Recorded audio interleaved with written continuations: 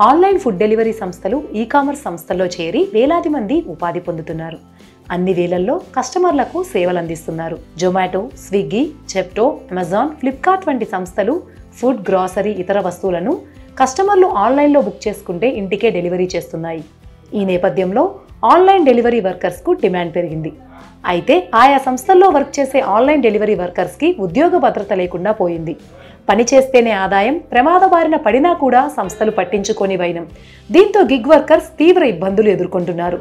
ఈ నేపథ్యంలో కేంద్ర ప్రభుత్వం గిగ్ వర్కర్స్కి తీపి కబురుని అందించింది. వారికి అండగా నిలిచేందుకు కీలక నిర్ణయం తీసుకుంది. నేడు ప్రవేశపెట్టిన బడ్జెట్లో నిర్మలా సీతారామన్ గిగ్ వర్కర్స్ కోసం ఆరోగ్య బీమా కల్పిస్తామని ప్రకటించారు. ప్రభుత్వ నిర్ణయంతో దేశవ్యాప్తంగా లక్షలాది మందికి ప్రయోజనం కలుగనున్నది. గిగ్ వర్కర్లకు ప్రత్యేక గుర్తింపు కార్డులు ఇస్తామని కేంద్ర ఆర్థిక మంత్రి వెల్లడించారు. ఇస్రమ్ పోర్టల్ కింద వారికి ప్రత్యేక గుర్తింపు కల్పిస్తామని కూడా అన్నారు.